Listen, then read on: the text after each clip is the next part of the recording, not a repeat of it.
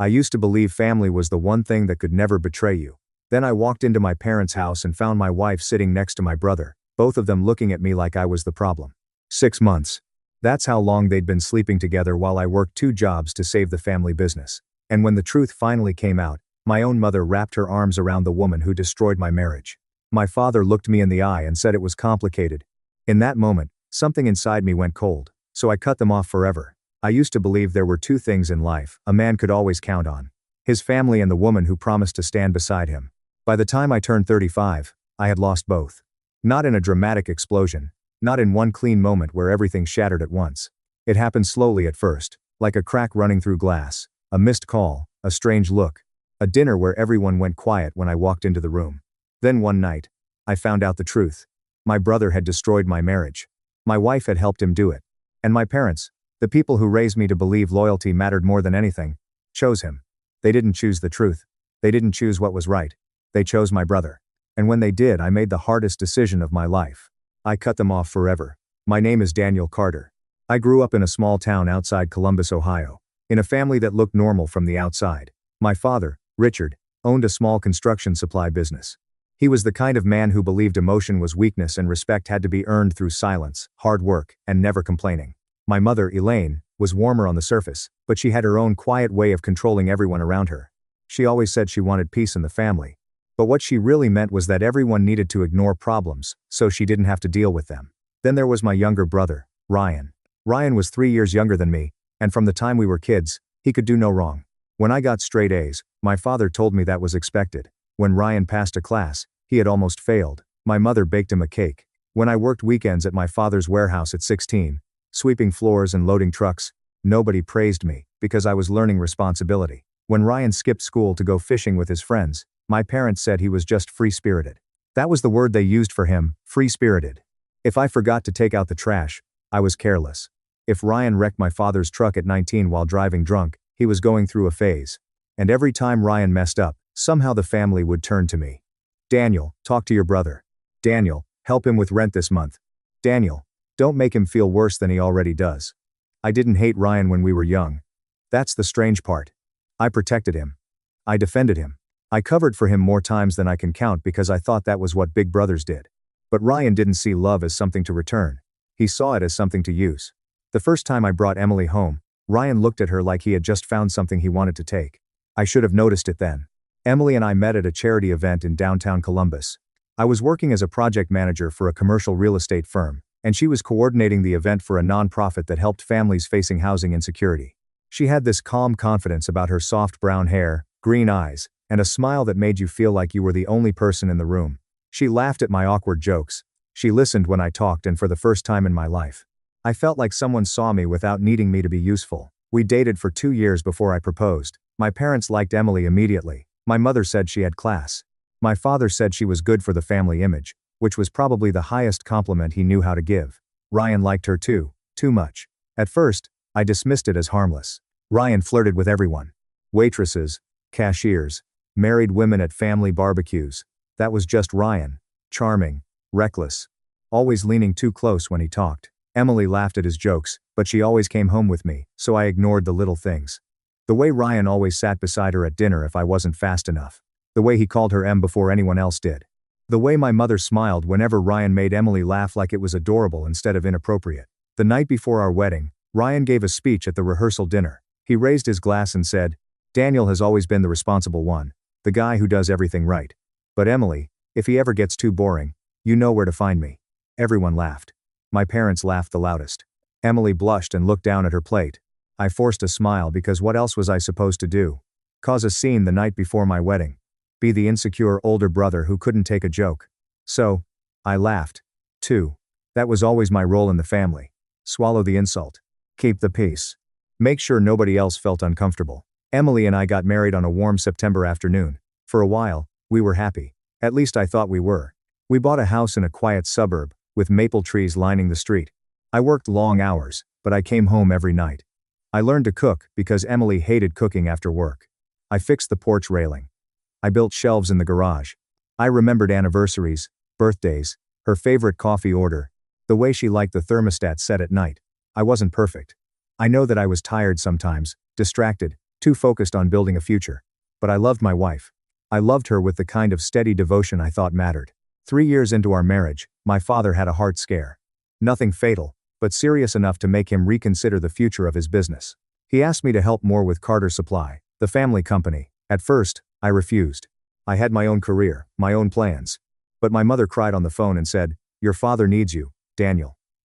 Ryan isn't ready for that kind of responsibility." Of course, Ryan wasn't ready. Ryan was 32 and still jumping between sales jobs, weekend gambling, and whatever woman believed his lies that month. So, I stepped in. I reduced my hours at my firm. I helped my father reorganize vendor contracts, manage inventory, clean up overdue accounts, and bring in new commercial clients.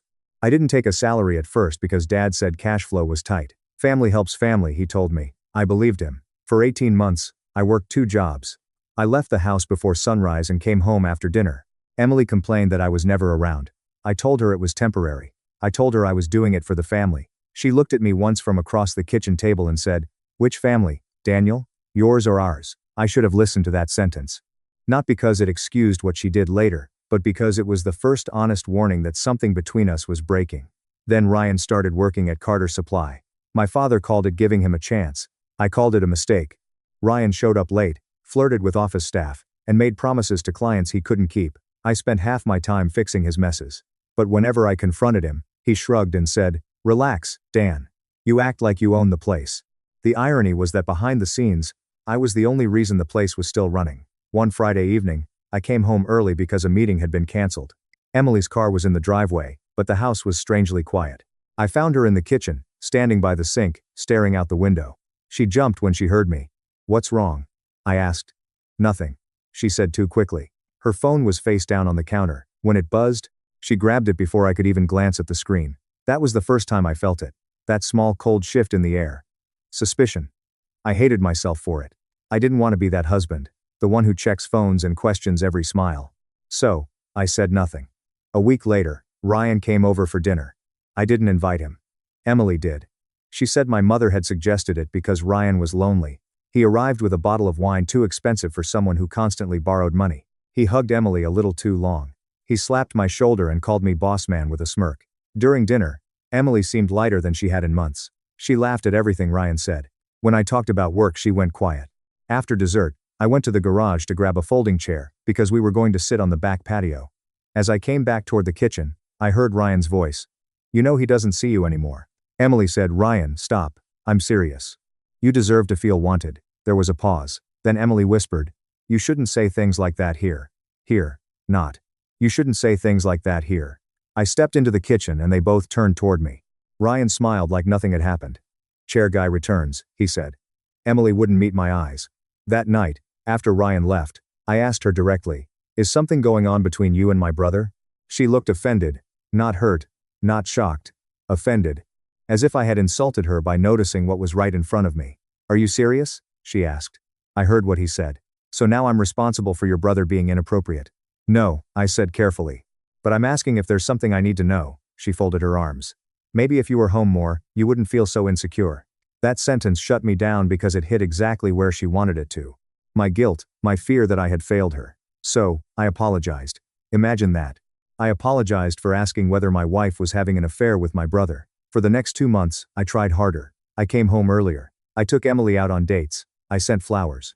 I planned a weekend trip to Hawking Hills. She smiled, but something was gone. Her warmth had become performance. Her kisses were brief. Her phone was always close. She started going on evening walks that lasted over an hour. She said she needed space. Then one Saturday, my entire life collapsed. My mother had organized a birthday dinner for my father at their house. I arrived late because I had been meeting a client for Carter Supply. When I walked in, everyone was already at the table. My parents, Ryan, Emily. And the moment I entered, the conversation stopped. Not slowed, stopped. Emily's eyes were red, like she had been crying. Ryan looked angry. My mother looked nervous. My father looked at me with the kind of disappointment he usually saved for unpaid invoices and broken promises. "What's going on?" I asked. Nobody answered. I looked at Emily. "What happened?" She pushed back her chair and stood. "Daniel, we need to talk." Ryan muttered. "This is ridiculous." I stared at him. "What did you say?" My father slammed his hand on the table. "Enough. Sit down." I didn't sit. Emily started crying. My mother got up and wrapped an arm around her. Around Emily. Not me. Then Emily said the words that changed everything. I'm leaving. My chest tightened. Leaving where? Our marriage, she whispered. I looked from her to Ryan, and something in his face told me the truth before anyone said it. No, I said. Emily closed her eyes. My mother began crying. Too. My father stood and said, Daniel, this is painful for everyone. Don't make it worse. I almost laughed. Don't make it worse. My wife just told me she's leaving me at your birthday dinner, and you're worried about me making it worse? Ryan stood up. She's not happy with you. I turned to him slowly. And you know that house silence. That was the loudest silence I had ever heard. Emily said. It wasn't planned. I felt like the floor had disappeared beneath me. How long? I asked. She didn't answer. How long? I repeated. Ryan said, Man, don't do this. I stepped toward him. How long have you been sleeping with my wife? My mother gasped. Daniel, as if I had said something vulgar. As if I was the one who brought shame into the room. Emily covered her face. Ryan's jaw tightened. 6 months. He said. 6 months. For 6 months, while I was saving my father's business, paying Ryan's overdue car payment twice, helping my mother repair her roof after a storm, and trying to fix my marriage, my brother had been sleeping with my wife. I looked at my parents, waiting for outrage, waiting for my father to turn on Ryan, waiting for my mother to step away from Emily and come to me. Neither of them moved. My father sighed and said, Daniel, I know this hurts, but you and Emily were already having problems. I stared at him. Are you blaming me? I'm saying marriage is complicated. I looked at my mother. She wiped her tears and said, Your brother made a mistake, but he loves her. He loves her. Those 3 words finished what the betrayal had started. I felt something inside me go still. Not calm. Dead. I nodded slowly. So, that's it? My father said, We need to handle this like adults. I looked at Ryan. You destroyed my marriage. Ryan's eyes hardened. Maybe you destroyed it by ignoring your wife. I don't remember deciding to move. I only remember my fist connecting with his mouth. Ryan fell backward into the table. Plates crashed. Emily screamed. My mother shouted my name. My father grabbed my arm and shoved me back. Ryan got up with blood on his lip, looking shocked that I had finally done something. I pointed at him and said, You are not my brother anymore. Then I looked at my parents. And you are not my family. My mother sobbed. Daniel, don't say that, but I meant it. I walked out of that house with nothing but my keys, my wallet, and the last piece of innocence I had left. When I got home, I expected Emily to come back that night. Not because I thought she loved me, but because her things were there. She didn't. Instead, the next morning, I got a text. I'm staying with your parents for now. I'm sorry. With my parents, not a hotel, not a friend. My parents' house. They opened their door to my cheating wife and my brother. I sat on the edge of our bed and read that message at least 20 times. Then I called my mother. She answered with a tired voice like I was the one exhausting her. Daniel, is Emily there? A pause. Yes. Is Ryan there? Another pause. Yes. I closed my eyes. So, you're letting them stay in your house together? My mother said. We're trying to keep everyone safe. Safe from what? Consequences. She started crying again. Please don't be cruel. Cruel. That was the word she chose for me. Not betrayed. Not devastated. Cruel. My father got on the phone. Listen to me. You need to calm down before you do something stupid. Something stupid already happened, I said. Ryan slept with my wife and hitting him helped. He's lucky I stopped. My father's voice lowered. You watch your mouth. There it was. The old command. The tone that had controlled me since childhood. But something had changed. For the first time in my life, I wasn't afraid of disappointing him. He had already shown me what my loyalty was worth. I said, I'm done. My father scoffed. You don't mean that. I do. Family doesn't just walk away. I laughed once quietly. No. Family doesn't sleep with your wife and then ask you to understand. I hung up. The divorce was ugly. Not because of money. Emily didn't fight much for the house or savings. I think guilt made her quiet in the legal process. But my family made it ugly. My mother called me every few days at first not to ask how I was to ask when I would forgive Ryan. Your brother is depressed, she said once. I was standing in my kitchen staring at a half-empty fridge because I had forgotten how to shop for one person. He should be, I replied. Daniel, he cries every night. Good, she gasped. How can you say that? How can you call me about his pain? She said. Because you're stronger than him. That sentence revealed my entire childhood. I was expected to suffer better because I always had. Ryan broke things. I cleaned them up. Ryan cried. I was told to be strong. Ryan betrayed me. I was asked to forgive. I blocked my mother's number that night. Then my father showed up at my house. It was almost 9 o'clock in the evening. Rain tapped against the windows. I opened the door, and found him standing on my porch in his work jacket, looking older than usual. We need to talk, he said. No, we don't. He put his hand against the door when I tried to close it. Don't be childish. I looked down at his hand, then back at him. Move it. He seemed surprised. Maybe because I had never spoken to him like that. He stepped inside without being invited. Your mother is sick over this, he said. Then she should call Ryan. You are tearing this family apart. I stared at him. Ryan slept with my wife for 6 months. And you punched him in front of everyone. I actually smiled. That's what you're upset about? I'm upset that you refused to act like a man. That one almost got me. For 1 second, the little boy in me wanted to explain, wanted to prove I was a man, wanted his approval. Then I remembered Emily crying in my mother's arms. I remembered Ryan's blood on his lip.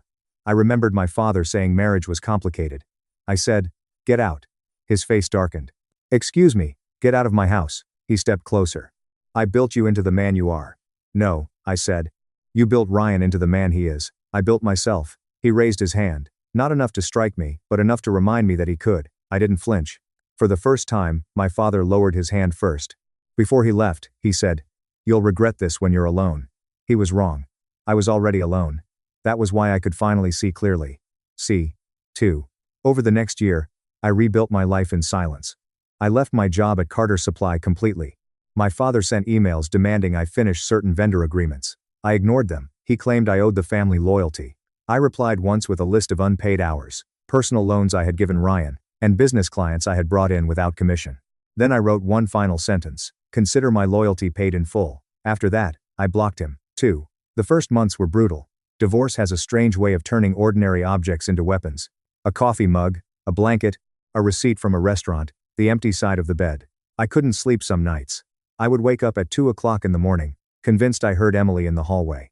Then I'd remember she was gone, not dead, not missing, gone by choice, with my brother. That was the part that poisoned everything. If she had fallen out of love and left, I might have survived differently.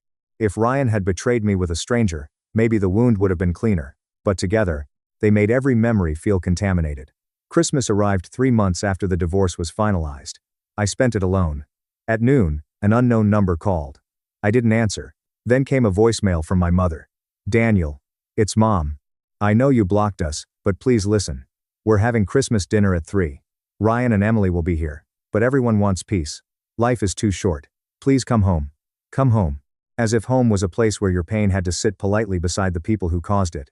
I deleted the voicemail. Then I made myself a grilled cheese sandwich and watched old movies until midnight. It was the saddest Christmas of my life. It was also the first honest one. I didn't have to pretend. I didn't have to smile across the table from traitors. I didn't have to protect anyone's comfort at the cost of my own dignity. A year later, Emily married Ryan. I found out from a cousin who didn't realize I didn't know. She called and said, I'm so sorry, Daniel, I thought someone would have told you. I sat in my office at work looking out over the parking lot. When? I asked. Last weekend. Last weekend, my ex-wife married my brother. My parents attended. My father walked Emily down the aisle because her own father had passed away years earlier. My mother posted photos online with the caption, Love finds a way. Love finds a way. I didn't react publicly. I didn't call. I didn't send angry messages. I simply deleted every social media account connected to them and changed my phone number. People think cutting family off is a moment. It isn't. It's 1,000 small decisions. Not answering, not checking, not asking mutual relatives how they're doing, not driving past your childhood home, not keeping the door cracked open for people who would only use it to hurt you again. I moved 2 hours away to Cincinnati. I accepted a senior role at a development firm and poured myself into work. This time, not to save my father's company, not to carry my brother, not to prove myself to anyone. For me, the company noticed. Within 2 years, I became a regional director. I bought a smaller house than the one I had shared with Emily, but it felt peaceful, quiet in a way that healed me. I started running in the mornings. I learned to make decent coffee. I took a trip to Montana by myself and stood under a sky so wide it made my problems feel smaller. And eventually I met someone. Her name was Grace. She wasn't dramatic. She didn't love bomb me or try to fix me. She was a pediatric nurse with kind eyes and a sharp sense of humor. On our third date, I told her the short version of my divorce, expecting her to look uncomfortable. Instead, she said, that must have been incredibly lonely.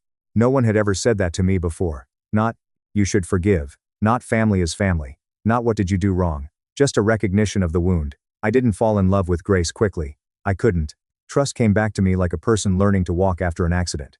Step by step, slow, careful, but Grace never rushed me. 3 years after my divorce, I proposed to her in a park beside the river. She said yes before I even finished asking. We had a small wedding. No parents on my side, no brother, no forced smiles, just friends, Grace's family, and the quiet feeling that my life had not ended after all. For a while, I thought that was the end of the story. I had survived. I had moved on. I had built a new life. Then my father's business collapsed.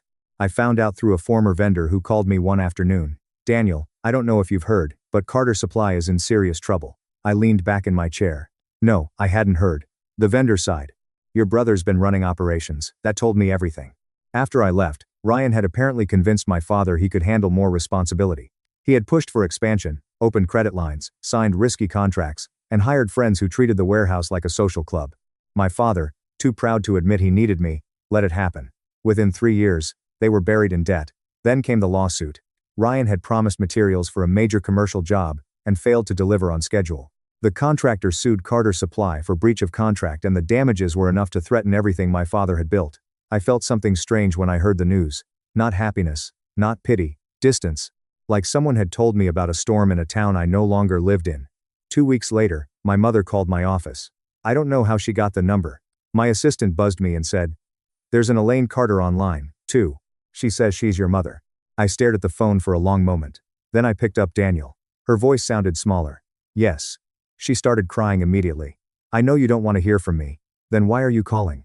Your father's in trouble." I looked down at the contract on my desk. "What kind of trouble?" "The business. There's a lawsuit. Debt. Your brother tried, but he didn't know what he was doing." I almost laughed at that. Ryan didn't know what he was doing. That had been obvious to everyone except the people who kept handing him responsibility like a toy. "I'm sorry to hear that," I said. "We need your help." There it was. Not, "We're sorry." Not, "We failed you." Not, "We chose the wrong son." "We need your help." I said nothing. My mother rushed on. "You know the vendors. You understand the contracts. Your father says if anyone can help restructure things, it's you." Dad said that. A pause. "Well, he knows it." Of course he hadn't said it. Pride was still sitting beside him, even as the walls burned down. I asked, "Where is Ryan?" My mother hesitated. "He and Emily are having problems." The sentence hung in the air. I closed my eyes. "What kind of problems?" "Please don't sound like that." "Like what?" "Like you're glad." "I'm not glad," I said. "I'm unsurprised." She cried harder. "Emily left him." For a moment, I said nothing. The woman who left me for my brother had now left my brother. History has a cruel sense of humor. My mother whispered. "She took their son and moved out." Their son. I had known they had a child, a boy named Noah. I never met him. Never saw a photo after I cut off social media. He would have been about 3 years old then. "I'm sorry for the child," I said honestly. My mother sniffed. "Ryan is destroyed." I looked at the framed photo on my desk of Grace and me hiking in Colorado. Destroyed now. Ryan knew the word. "What do you want from me?" I asked. "Come home. Talk to your father. Help us save the business. Help your brother get back on his feet." "No." The word came out so easily that it surprised even me. My mother stopped crying for half a second. "Daniel. No. You haven't even thought about it." "I thought about it for 4 years. That is your father's life's work, and he handed it to Ryan after throwing me away." "He didn't throw you away." I leaned forward. "Mom, you let my ex-wife and my brother stay in your house after they admitted to having an affair. You comforted her while I stood there finding out my marriage was over. Dad blamed me. Then you all went to their wedding. Don't rewrite history because you need something." She was silent for once. Completely silent. Then she said, "We made mistakes." Mistakes. I hated that word. A mistake is forgetting milk. A mistake is taking the wrong exit. Sleeping with your brother's wife for 6 months is not a mistake. Choosing the betrayer and abandoning the betrayed is not a mistake. It is a decision. I said, "You made choices." My mother whispered, "Can't you forgive us?" I answered honestly, "I already did." She inhaled sharply, hopeful. Then I finished. "I forgave you so I wouldn't carry you anymore. But forgiveness doesn't mean access. It doesn't mean help. It doesn't mean family." She began sobbing. I said, "Don't call me again." Then I hung up. That should have been the end. But people who benefit from your boundaries rarely respect them the first time. A week later, Ryan showed up at my office. I saw him through the glass wall of the conference room while I was meeting with 2 investors. He looked older than I remembered. Thinner. His hairline had receded. His suit didn't fit right. My assistant tried to stop him, but Ryan pushed past her. "Daniel," he said loudly. The investors turned. I stood slowly. "Wait in the lobby," he scoffed. "So now you're too important to talk to your own brother." I looked at my assistant. "Call security." Ryan's face changed. "Are you serious?" "Very." The investors gathered their papers awkwardly. I apologized and asked them to give me 10 minutes. Once they left, I stepped into the hallway. Ryan stood there with that same old smirk, but it looked weaker now, like a mask cracked at the edges. You really going to have me thrown out? He asked. You walked into my workplace uninvited. I needed to talk. No, you needed something. His jaw tightened. Fine, we need help. We mom, dad, me. Emily, not included this time. His eyes flashed. That was Lo. No. Lo was sleeping with my wife. He looked away. For the first time, I saw shame on his face. Not enough. But some. He said, I know I messed up. I laughed quietly. You messed up a dinner reservation. You destroyed my marriage. You and Emily weren't happy. There it was again. The old justification. I stepped closer. Do you know the difference between guilt and accountability, Ryan? He frowned. Guilt is feeling bad because your life fell apart. Accountability is admitting you caused the damage before consequences found you. He swallowed. Daniel, I'm sorry. I studied him. I had imagined that apology for years. In my darkest moments, I thought hearing it would heal something. It didn't because the apology arrived attached to an invoice. He didn't come because he understood. He came because he needed help. I asked, what exactly do you want? He looked embarrassed. Money or advice? A meeting with some of your contacts. Dad thinks if you talk to the contractor suing us. No, you don't even know the details. I know enough. Ryan's voice rose. This could ruin Dad. Then Dad should have chosen better leadership, loving. He chose his son. I smiled sadly. No, he chose his favorite. Ryan flinched. Good. Security arrived. Ryan looked at the two guards, then back at me. You'd really let them go under, I said. I didn't let anything happen. You built this. His face twisted. You think you're better than us now? No, I said. I just stopped being responsible for you. As security escorted him out, Ryan shouted. You'll regret turning your back on family. That line followed me all the way back to my office. But it didn't hurt like it used to because I finally understood something. Turning my back on them was how I saved myself. 2 months later, Carter Supply filed for bankruptcy. My father sold the warehouse. My parents downsized from the house I grew up in to a small rental outside town. Ryan moved into their spare room after Emily finalized their separation. The family that told me to be understanding had been destroyed by the same man they protected. I didn't celebrate. I didn't send messages. I simply lived my life. Then one evening, in late October, I came home to find a letter in my mailbox. No return address, but I recognized my mother's handwriting immediately. I stood in the driveway, the envelope in my hand, while Grace watched from the porch. You okay? She asked. I nodded, though I wasn't sure. Inside, the letter was 4 pages long. My mother wrote that she was sorry, not the vague kind of sorry she had offered before. This was different. She admitted that she had protected Ryan his entire life. She admitted she had expected me to absorb pain, because I was dependable. She admitted that when Emily cried at that dinner, she comforted the wrong person. There was one line that stopped me. I called it peace because I was too cowardly to call it betrayal. I read that sentence 3 times, then I folded the letter and sat on the porch steps. Grace sat beside me. What does it say? She asked. I handed it to her. She read quietly, then placed it back in my lap. What are you going to do? I looked at the darkening street. A neighbor walked his dog, under the glow of a street lamp. Somewhere nearby, a child laughed. I don't know, I said. And that was true. For the first time, the apology didn't feel like manipulation. It felt real. But real didn't mean enough. The next day, my father called. Not from his number, from my mother's. I almost didn't answer, but I did. Daniel, he said. His voice sounded rough. Dad. There was a long silence. Then he said, Mother wrote to you. She did. She meant it. I know. Another silence. Then, in the stiffest voice imaginable, my father said, I was wrong. I sat down. Those 3 words had never come from him before. Not to me. Not about anything important, he continued. Ryan did a terrible thing. Emily did, too. And I blamed you because it was easier than admitting my son had become someone I didn't respect. My throat tightened despite myself. He said, I don't expect you to fix anything. I don't expect money. Your mother wanted me to call because he stopped, because I should have called years ago. I closed my eyes. There was a version of me, younger and more desperate, that would have broken down. That would have driven home immediately. That would have mistaken an apology for a doorway, but I was not that man anymore. I said, thank you for saying that. He exhaled shakily. Can we see you?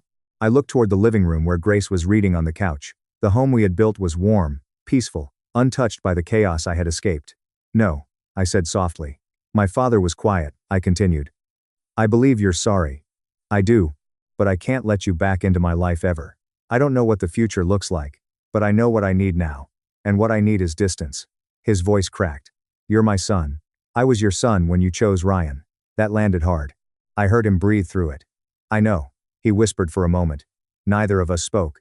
Then I said, I hope you and Mom find peace. I really do. But it won't come through me. He didn't argue. Maybe that was how I knew he finally understood. Before we hung up, he said, I'm proud of you. The words came too late, but they still hurt. After the call ended, I sat in silence for a long time. Grace came over and placed a hand on my shoulder. You did what you needed to do, she said. I nodded, but tears came anyway. Not because I wanted them back, because I was grieving the parents I should have had. People think cutting someone off means you hate them. Sometimes it means you finally love yourself enough to stop standing in the fire. A year passed. Grace and I had a daughter. We named her Lily. The first time I held her in the hospital, tiny and warm against my chest, I understood family in a way I never had before. Family wasn't blood. Family wasn't shared history. Family wasn't a last name or holiday photos or pretending everything was fine. Family was safety. Family was accountability. Family was choosing not to pass your wounds down to the people who trusted you. When Lily was 6 months old, my mother sent another letter. This one was shorter. She said she had heard through a relative that I had become a father. She congratulated me and wrote that she hoped my daughter would grow up knowing she was loved without conditions. She included no demand, no guilt, no request to visit, just the words. I placed the letter in a drawer. I didn't respond. Some people may judge me for that. They may say I was too harsh. They may say everyone deserves a second chance. But here is what I learned. Second, chances are not owed to people who only value you after their first choice destroys them. My parents chose Ryan when the truth was clear. They chose comfort over justice. They chose the son who needed rescue over the son who had been bleeding quietly his whole life. And when they finally saw the damage, it was not my responsibility to rebuild the bridge they burned. Ryan tried contacting me one last time. It was through an email. The subject line said, brother to brother. I almost deleted it without reading, but curiosity won. He wrote that Emily had divorced him, that she had moved to another state with Noah, that he barely saw his son, that he was working hourly jobs and trying to stay sober. He said losing everything had made him realize how much he had taken from me. At the end, he wrote, I don't expect you to forgive me, I just wanted you to know I'm sorry. I sat with that email for a while, then I typed a response. Ryan, I hope you become a better father to your son than you were a brother to me. I hope you build a life that does not require someone else to pay for your mistakes. I accept your apology. Do not contact me again. Daniel, I read it twice, then I sent it. That was the last time I heard from him. Years have passed now. Lily is 4. Grace and I have a son, 2, named Caleb. Our house is loud in the mornings. Toys in the hallway. Pancake batter on Saturdays. Bedtime stories read twice because Caleb always says again. Sometimes when I tuck my children in, I think about my father. I think about how easy it is to damage a child by choosing one over another. How favoritism doesn't always look like cruelty. Sometimes it looks like excuses, like lowered standards, like asking the responsible child to be quiet because the reckless one is fragile. I refuse to do that. In our house, love does not mean avoiding consequences. When Lily apologizes to Caleb, we teach her to name what she did. When Caleb breaks something, we don't blame Lily for reacting. We do not call accountability cruelty. We do not call silence peace. And when my children grow up, I hope they remember that their father loved them enough to be fair, not perfect, fair. A few months ago, Grace asked me if I ever missed my old family. We were sitting on the back porch after the kids had gone to sleep. Summer rain moved softly through the trees. The air smelled like wet grass and lavender from the planter boxes Grace keeps by the steps. I thought about the question. Did I miss them? I missed the idea of them. I missed the childhood I pretended I had. I missed the mother who should have held me when my marriage collapsed. I missed the father who should have stood between me and betrayal. I missed the brother I protected before I understood that some people accept love without ever learning loyalty. But the real people, the ones who asked me to sit at a table with my pain and call it family. No, I didn't miss that. So I told Grace. Sometimes I miss what they were supposed to be. She took my hand. That makes sense. And that was enough. That is the life I have now. Not perfect, but honest. The truth is, my brother destroyed my marriage, but he didn't destroy me. My parents chose him, but their choice did not define my worth. Emily betrayed me, but betrayal did not make me unlovable. For a while, I thought losing my family meant I had lost my place in the world. But really, it gave me the chance to build a better one. So, when people ask whether I regret cutting them off forever, I tell them the truth. I regret that it had to happen. I regret that my parents made me choose between loving them and protecting myself. I regret that my brother turned my loyalty into a weapon against me. But I do not regret walking away because the day I cut them off was the day I stopped begging people to value me. It was the day I stopped calling pain loyalty. It was the day I finally became free. And sometimes freedom looks like an empty chair at Christmas. Sometimes it looks like a blocked number. Sometimes it looks like silence after years of being told to keep the peace. But for me, freedom looks like my wife laughing in the kitchen. My children running barefoot through the hallway. A home where no one has to earn love by swallowing hurt. And a life built far away from the people who taught me exactly what family should never be. My parents chose my brother after he destroyed my marriage. So, I cut them off forever. And in the end, that was how I saved. Thank you so much for watching until the end.